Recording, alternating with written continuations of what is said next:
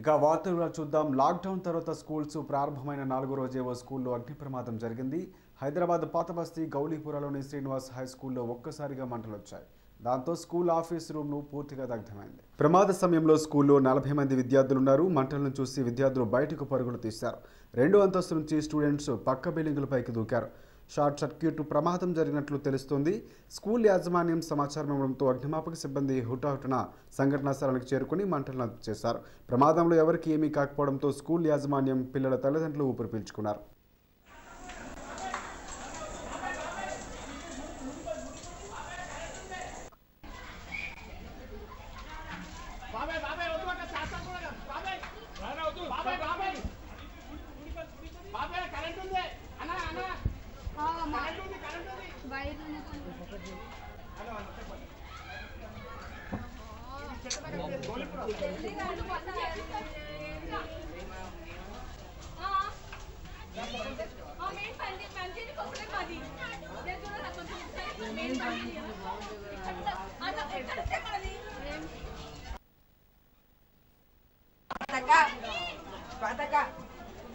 ఇంటలేదు లోపడి వెళ్ళి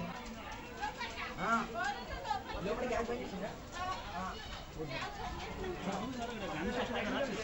మొత్తం ఫైర్ అనుకుంది సార్.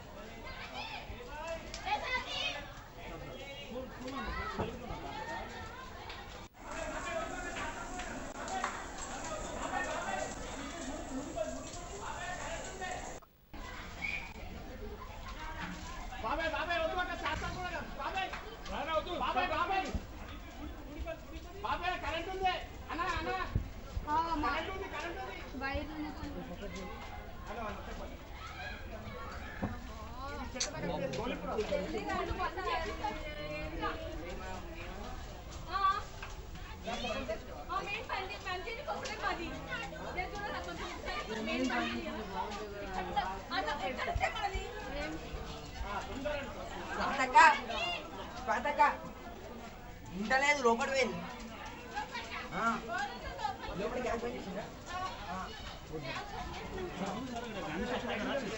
మొత్తం ఫైర్ అనుకుంది సార్. ఇళ్ళకి వెళ్ళి బోర్లు నీళ్ళు తీసుకొని కొట్టుకుంటూ చాలు చేసినాం. మళ్ళీ ఎన్టీసీటీ సారు వచ్చి ఫైర్ పైప్ ఇచ్చిండు. ఆ పైప్తో మేము మొత్తం ఆడుకుంటూ ఊరుకున్నాం. బకెట్లతో, డబ్బాలతో అన్నింటితో ఆడిపోయాం. ఇట్లా వచ్చింది అప్పుడే పనవాడు దీపంతోనో దీంతో నాకు తెలియదు. పొగలు వస్తూనే మేము చూసినాం. ఇక మేము అందరం తలగబడి అక్కడిక్కడ కింది ఇలా వలగొట్టి పిల్లలకి మీదికెళ్ళి అక్కడ దించేసి అంతే చేసి తెలిసినాక పైన వచ్చింది. ఎంతమంది పిల్లలు ఉన్నారు ఇంగ్లీష్ స్కూల్? పోయిన 3 మంది ఉండే. కొందరు దించేసినాం, కొందరు అవతలకి దించేసినాం, అందరు సేవ్ చేసినాం సార్. బస్తీ మొత్తం గల్లీ మొత్తం అందరూ హెల్ప్ చేసారు కాబట్టి బచాచిపోయింది. స్కూల్ యజమాని ఇక్కడనే ఉండే సార్, ఆయన కూడా హెల్ప్ చేసిండు. ఆయన కూడా మాకు ఫైర్ది పైప్ తెచ్చి ఇచ్చిండు. దాంతో మేము కొట్టాము. ఆయన సహకరించాం. ఎక్కడైనా పరిస్థితుల్లో మా ఇంట్లోకి బోర్లలోకి నీళ్ళు కొట్టాం. బకెట్లతో, బంగ్లతో ఆడవాళ్ళు మగవాళ్ళు అందరు కలిసి కొట్టాం సార్.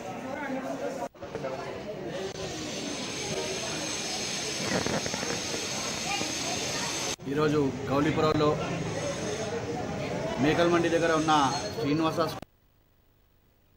అకస్మాత్తుగా ఒకటేసారి మంటలు వచ్చి మరి ఆఫీస్ రూమ్ మొత్తం కూడా తగలవడం జరిగింది. ఈరోజే స్కూల్ మరి స్టార్ట్ అవ్వడం జరిగింది. నిన్ననే ఫైర్ ఎక్విప్మెంట్ కానివ్వండి, లేకపోతే మిగతా ఎక్విప్మెంట్ కానివ్వండి చెక్ చేసిన తర్వాత ఈరోజు స్కూలు ఓపెన్ చేసిన అని ప్రిన్సిపల్ గారు కూడా చెప్పారు. మరి గ్రౌండ్ ఫ్లోర్లో ఆఫీస్ రూమ్ తగలవడం జరిగింది. అది ఎందుకు షార్ట్ సర్క్యూట్ వలన లేకపోతే ఇంకా దేని వలన అనేది ఫైర్ వాళ్ళు ఇన్వెస్టిగేట్ చేసి దాన్ని చెప్పడం జరుగుతుంది. కానీ పిల్లలందరూ కూడా సెకండ్ ఫ్లోర్లో ఉండడం జరిగింది కాబట్టి ఎవరికి ఏమీ ప్రాణహాని కానివ్వండి, ఏం దెబ్బలు కానీ తగలలేదు.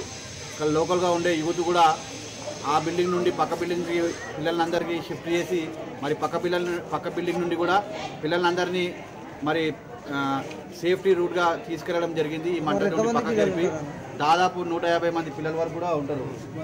ఈరోజు 150 మినిమం 150 నుండి 200 మంది పిల్లల వరకు కూడా ఉంటారని సూచన. కాబట్టి ఎవరికి ఏం జరగలేదు దేవుని అనుగ్రహం వల్ల.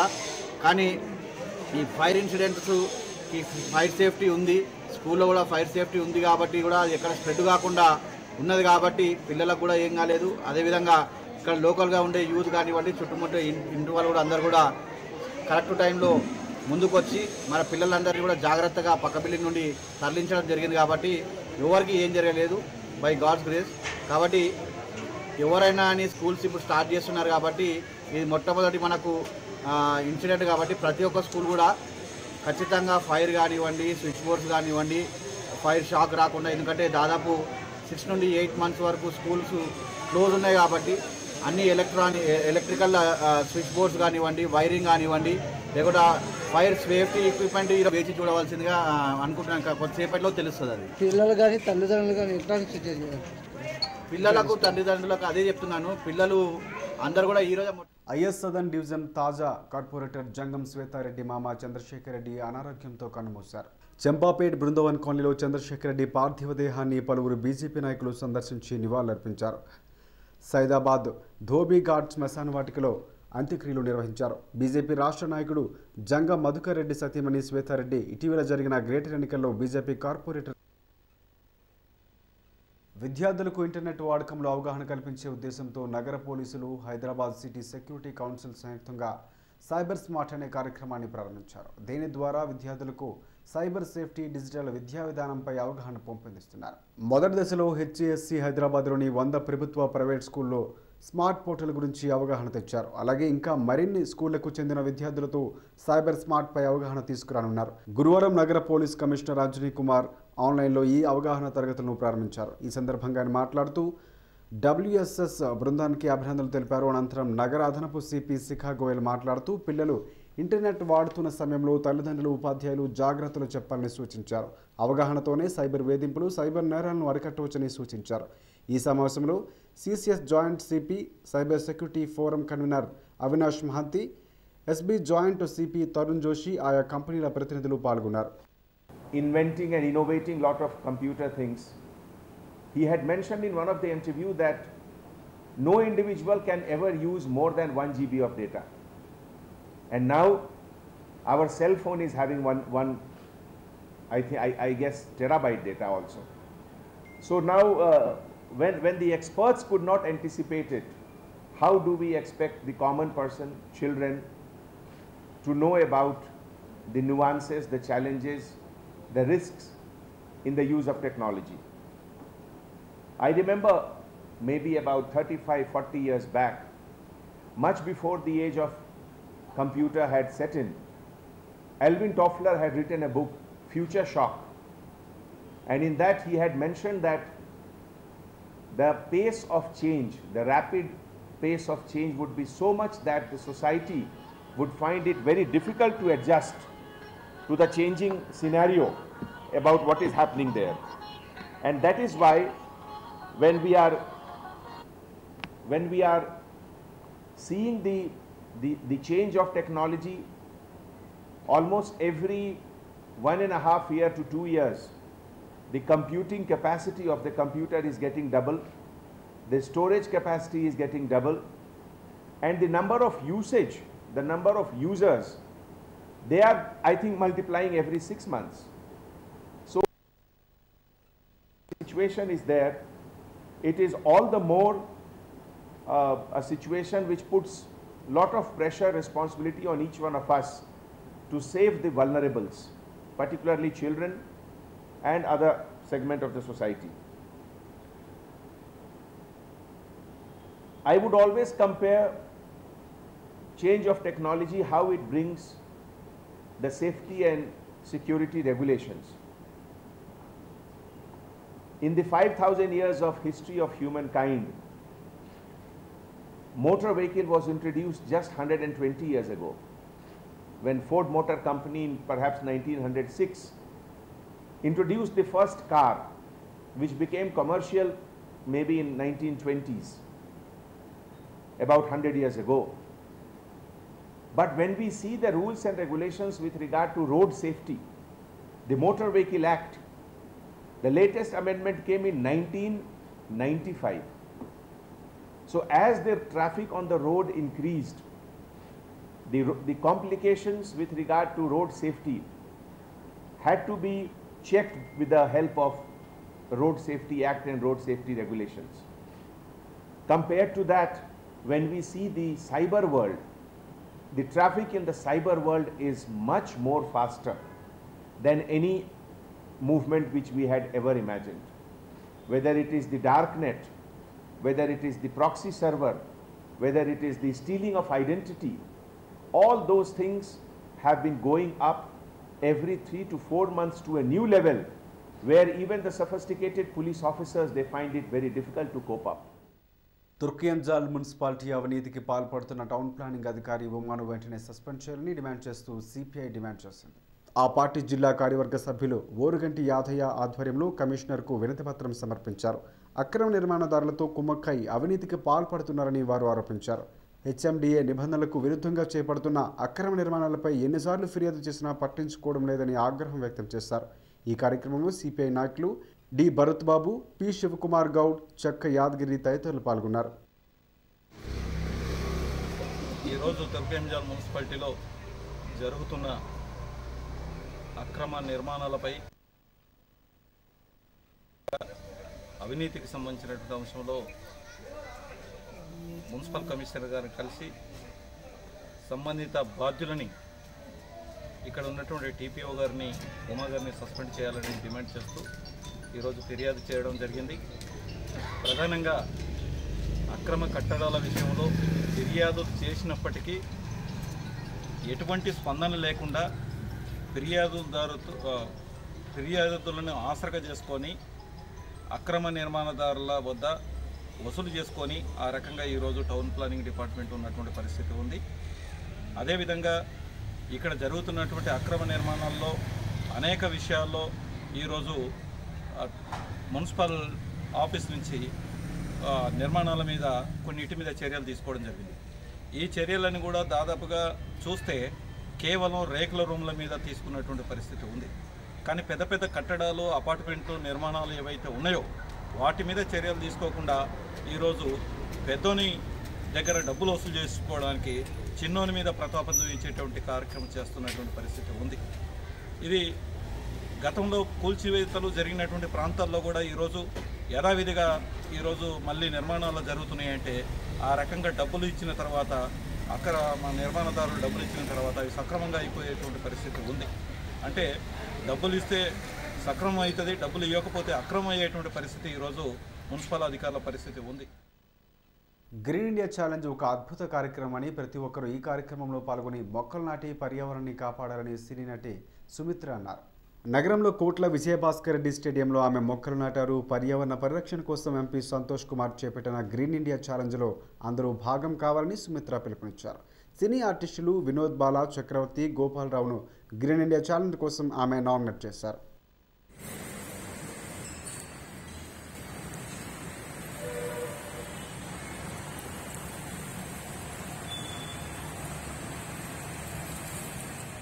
జోగినపల్లి సంతోష్ కుమార్ గారు ఇనిషియేట్ చేసిన గ్రీన్ ఇండియా కార్యక్రమంలో ప్రీతి నిగమ్ నన్ను నామినేట్ చేసింది. సో ప్రీతి నిగమ్ నామినేషన్ని నేను ఆ ఛాలెంజ్ని స్వీకరిస్తూ ఈరోజు ఇక్కడ మొక్కలు నాటే కార్యక్రమం చేపట్టడం జరిగింది. Thank you so much for nominating me. అట్లాగే మీ అందరికీ తెలుసు మొక్కలు భవిష్యత్ తరాలకి ఎంత ఉపయోగకరం అనేది ప్రత్యేకంగా చెప్పక్కర్లేదు. పొల్యూషన్ కంట్రోల్ కానివ్వండి, ఆక్సిజన్ లెవెల్స్ పెంచడం కానివ్వండి, మనం మన భావితరాలకు ఇచ్చే ఒక గొప్ప కానుక ఈ మొక్కలు నాటడం అని నేను భావిస్తున్నాను. సో అందరూ మీకు చేతనైనంతలో మీకు దగ్గరలో కానీ ఇంట్లో కానీ ఈ మొక్కలు నాటే కార్యక్రమాన్ని కంటిన్యూ చేస్తూ జోగినపల్లి సంతోష్ కుమార్ గారు చేసిన కృషిని ఇంకా కొనసాగించాల్సిందిగా కోరుతున్నానండి. Thank you so much. అలాగే నా ఫ్రెండ్స్లో నేను ముగ్గురిని నామినేట్ చేస్తున్నాను.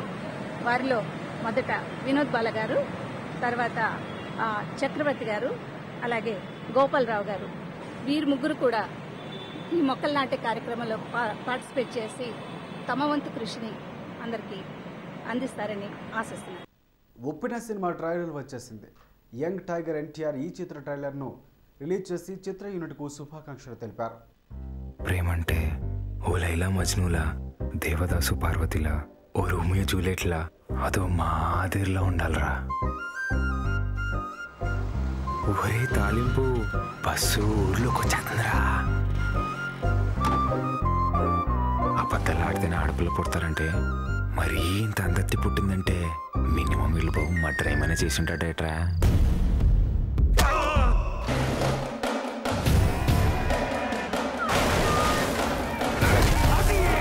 ప్రేమంటే పట్టుకోవడం నాన్న, వదిలేయడం కాదు. రాయనంకి పరువు వేరు, ప్రాణం రెండు ఒకటే.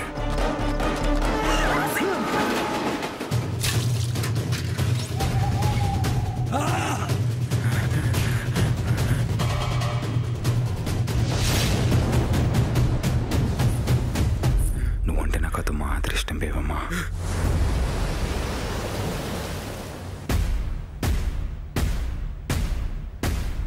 ప్రేమ గొప్పదైతే చరిత్రలోని సమాధుల్లోని కనపడాలి కానీ పెళ్లి చేసుకుని పిల్లల్ని కని ఇళ్లల్లో కనబడితే దాని విలువ తగ్గిపోదు. అందుకే ప్రేమెప్పుడు చరిత్రలోనే ఉంటది, దానికి భవిష్యత్తు ఉండదు. నీ కళ్ళు నీలి సముద్రం, జలజల జలపాతం నువ్వు అంటూ వినసొంపైన పాటలతో సంగీత ప్రేమికులను మంత్రముగ్ధులు చేసిన చిత్రం ఉప్పెన. ఈ సినిమా పాటలు ఎంతలా ఆకట్టుకున్నాయో అందరికీ తెలిసిందే. మెగా హీరో వైష్ణవ్ తేజ్, కృతి శెట్టి జంటగా నటించిన ఈ ప్రేమ కథా చిత్రం బుచ్చిబాబు దర్శకత్వంలో తెరకెక్కుతుంది. విజయ్ సేతుపతి విలన్గా కనిపించున్నారు ఈ చిత్రంలో. ఇటీవల విడుదలైన ఈ చిత్రం టీజర్ సైతం ప్రేక్షకులను ఎంతగానో అలరించింది. తాజాగా సినిమా ట్రైలర్ను ఎన్టీఆర్ విడుదల చేశారు. ఈ ట్రైలర్ విడుదల చేస్తున్నందుకు సంతోషంగా ఉందంటూ వైష్ణవ్ తేజ్కు తారక్ ఆల్ ద బెస్ట్ చెప్పారు. అలాగే రాక్ స్టార్ దేవి ప్రసాద్ ఈ సినిమాతో మరోసారి తన సత్తా ఏంటూ నిరూపించారు. ఎప్పుడో చిత్రీకరణ పూర్తి చేసుకున్న ఉప్పెన గత ఏడాది విడుదల కావాల్సి ఉన్న కరోనా కారణంగా వాయిదా పడింది. ఇప్పుడు ఈ సినిమా ఫిబ్రవరి 12న విడుదల కానుంది.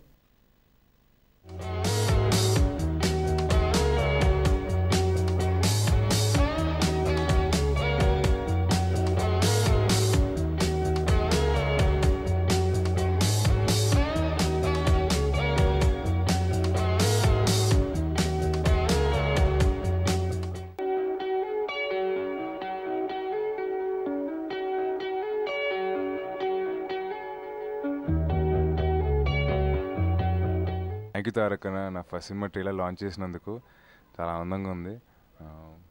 మీ నాన్నకు ప్రేమతో అసిస్టెంట్ డైరెక్టర్ నన్ను డైరెక్ట్ చేస్తున్నారు.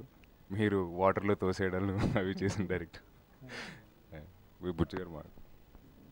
అండి, నా ఫస్ట్ ట్రైలర్ ఎన్టీఆర్ గారి చేతుల మీద రిలీజ్ చేస్తున్నందుకు నాకు చాలా హ్యాపీ ఉంది. నేను కథ రాసింది ఎవరి కోసమైనా చెప్పింది ఫస్ట్ ఎన్టీఆర్ గారికే. ఆయన చేతుల మీద లాంచ్ అవుతున్నందుకు ట్రైలర్ చాలా అంటే చాలా హ్యాపీ ఉంది.